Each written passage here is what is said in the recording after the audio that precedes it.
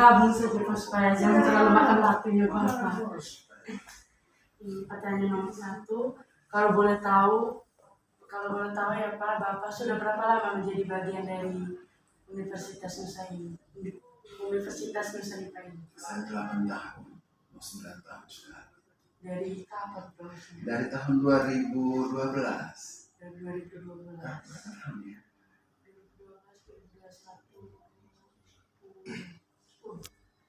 2012, Berapa ya? Kurang lebih begitu ya. Dan dia sebenarnya pokoknya sejak 2012 sampai sekarang ya. Menurut berita yang beredar tuh katanya Universitas Nusa Nipah mau dinegrikan. Kami mau tahu bagaimana pendapat Bapak tentang berita tersebut. Kalau untuk berita tersebut, saya pikir kita semua juga tahu ya. Kita kan bisa sekarang ini kan zamannya sudah era digital, kita bisa melihat informasi, membaca informasi itu dari mana saja ya. Kita semua sudah tahu. Kalau mungkin pada kesempatan ini, mungkin lebih tepatnya itu kalian menanyakan pendapat saya bagaimana tentang proses itu ya. Kalau saya berpikir bahwa ini kan satu hal mulia yang telah diletakkan, telah dirintis oleh para pendiri Universitas Nusa Nipah untuk mengangkat derajat manusiawi yang ada di Kabupaten Sika dan di luar dan yang ada di sekitarnya. Bagaimana mengangkat derajat manusia itu melalui pendidikan. Kita tahu bahwa kita ini orang miskin ya, artinya bahwa ya tidak semua ya, tapi dalam arti bahwa orang miskin ini yang saya sebutkan ini juga tidak semuanya dihitung dalam ukuran materi. Miskin juga dalam arti bahwa miskin secara sosial, dalam arti bahwa ada orang yang susah sekali berrelasi dengan orang lain, itu juga suatu kemiskinan. Juga miskin secara tadi saya sebut dari ekonomi atau kebutuhan hidupnya juga sulit susah terpenuhi. Juga miskin secara pendidikan dalam arti bahwa akses untuk mendapatkan pendidikan itu mungkin minim atau mungkin terbatasnya kesempatan untuk memperoleh pendidikan itu juga termasuk salah satu kemiskinannya. Dan juga mungkin miskin dalam arti secara rohani juga, orang mengalami kemiskinan atau kesulitan karena kehidupan rohaninya juga kurang. Tapi kalau pada kesempatan ini saya berbicara dari minimnya fasilitas atau tingkat pendidikan juga, termasuk salah satu hal yang saat ini sedang diperjuangkan. Contoh ketika kampus menjadi negeri, maka kesempatan pendidikan untuk masyarakat luas juga semakin besar. Karena apa? Kalau namanya kampus negeri, pasti biayanya juga akan murah tuh, sehingga orang untuk akses untuk menempuh pendidikan juga pasti bertambah. Masyarakat yang mungkin ekonomi menengah ke bawah juga dengan biaya yang murah, pasti mereka juga berlomba-lomba untuk mengenyam pendidikan.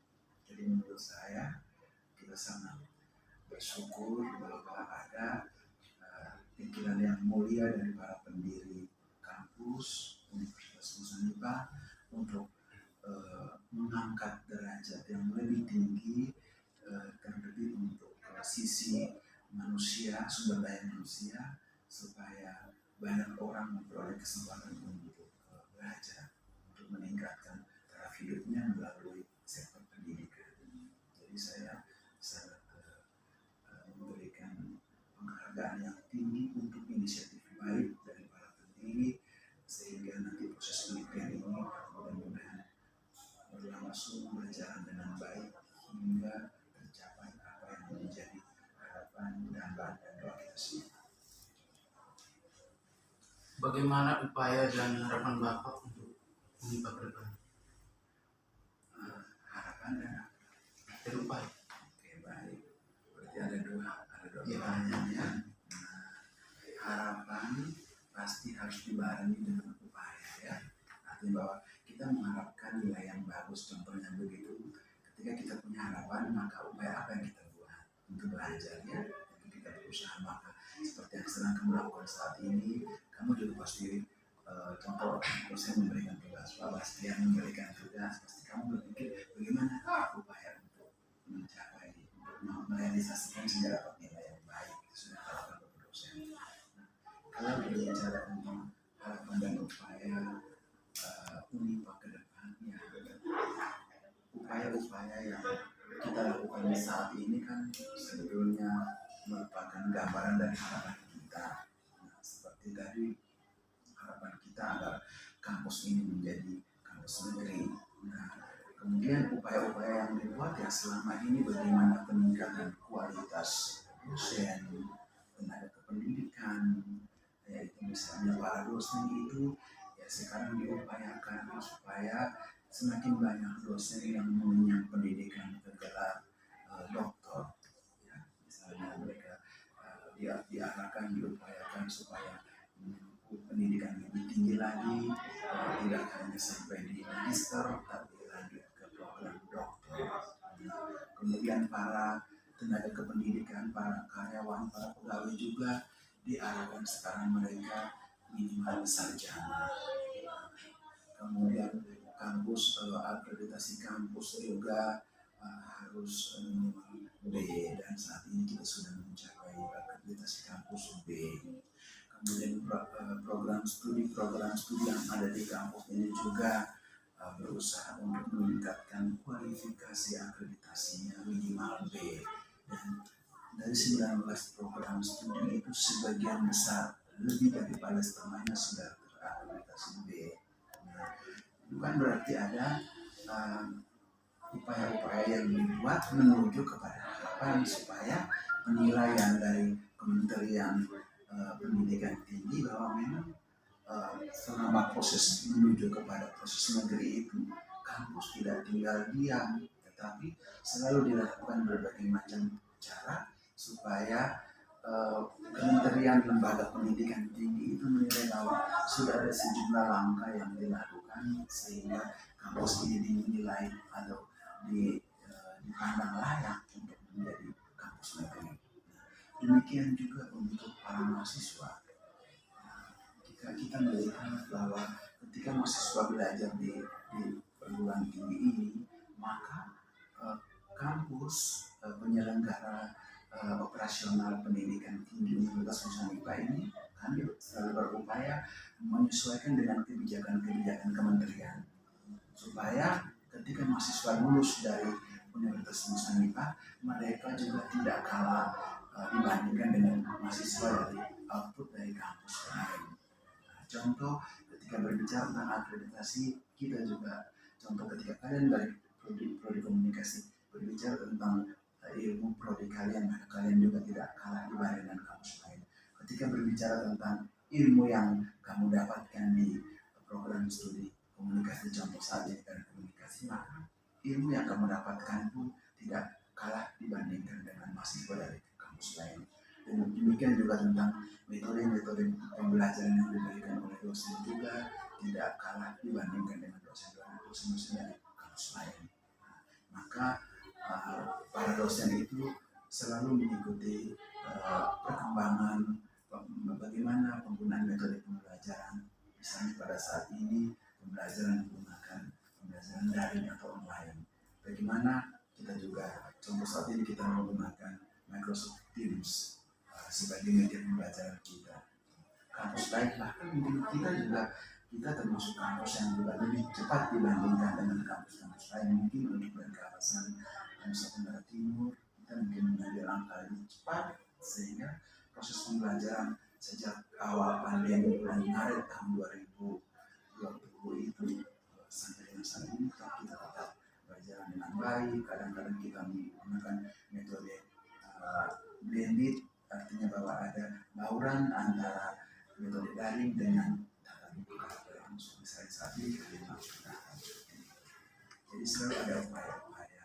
Kemudian juga untuk peningkatan kapasitas kualitas mahasiswa itu melalui UKM-UKM yang ada UKM Paduan Suara, ada UKM Devita, urusan Devita, ada futsal, UKM, MIPA, MAPA dan sebagainya. Semua itu juga untuk mengakomodir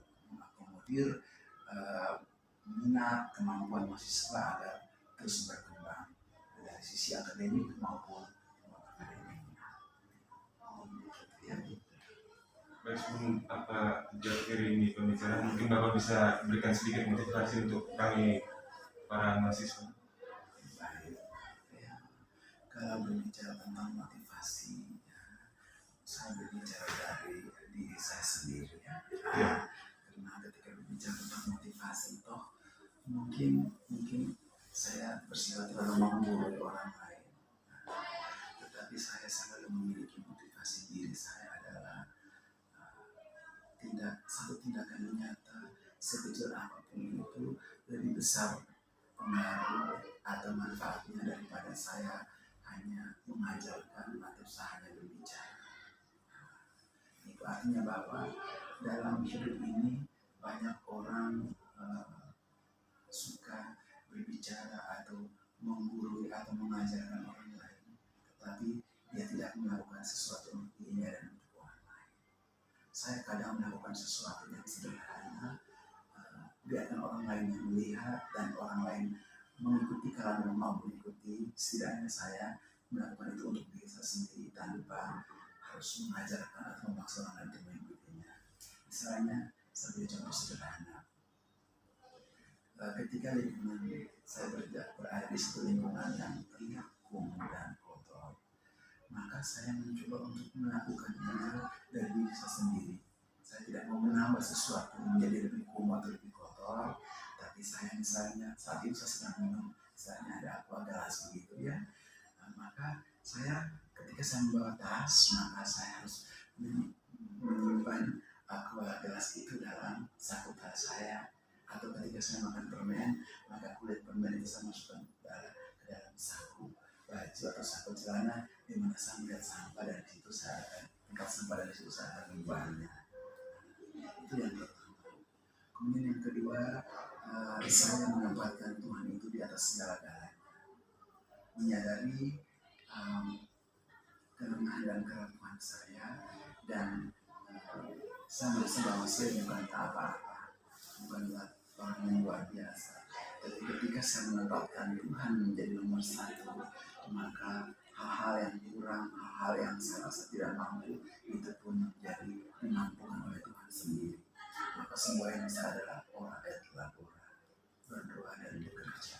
Nah, Tuhan nomor satu, yang lain-lain menyusul.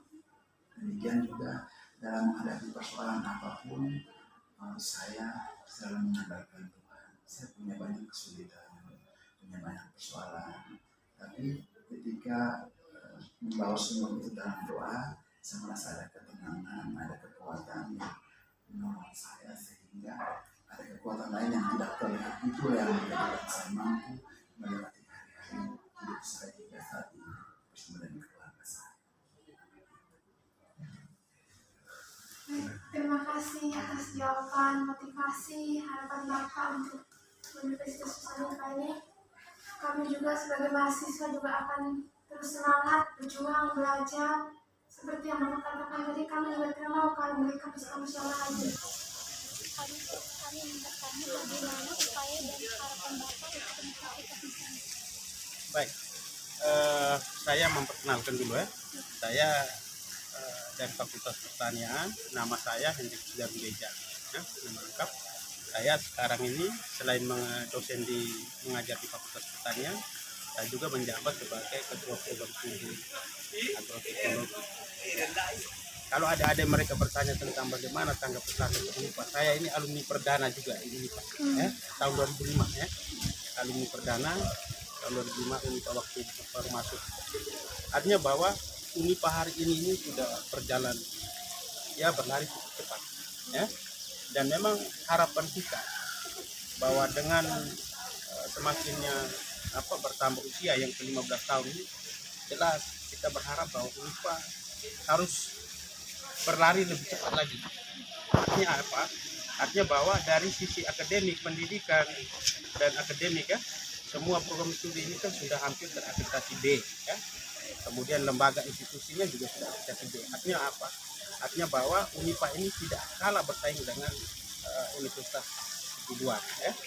Dan itu yang membuat harapan kita juga bahwa dia tidak hanya seperti ini saja, tetapi ke depan itu mudah-mudahan bisa lebih maju lagi. Ya. Kemudian apa motivasi Bapak untuk Universitas Nusa Dua Bali? Ya, kalau motivasi saya, karena saya ini alumni, kemudian direkrut lagi menjadi dosen, artinya bahwa pengabdian saya totalitas untuk Unipa, ya, untuk Unipa. Sehingga karena tugas saya sebagai dosen adalah menjalankan Tridharma perguruan tinggi, maka ya jelas bahwa saya memposisikan, memberikan hal yang melaksanakan Tridharma pendidikan perguruan tinggi itu secara baik. Tetapi bahwa saya tekankan lagi, karena saya salah satunya sebagai alumni, ya totalitas saya, pengabdian saya jelas ya untuk Unipa. Ya.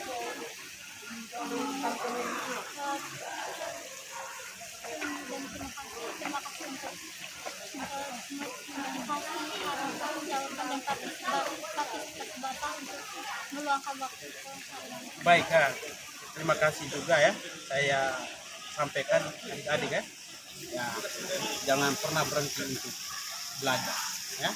Kemudian dengan pandemi COVID-19 ini ya kita tetap melaksanakan belajar kuliah dengan memperhatikan protokol COVID ini, tetapi jangan pernah untuk berhenti belajar ya. Terima kasih ya. Sukses ya adik-adik ya.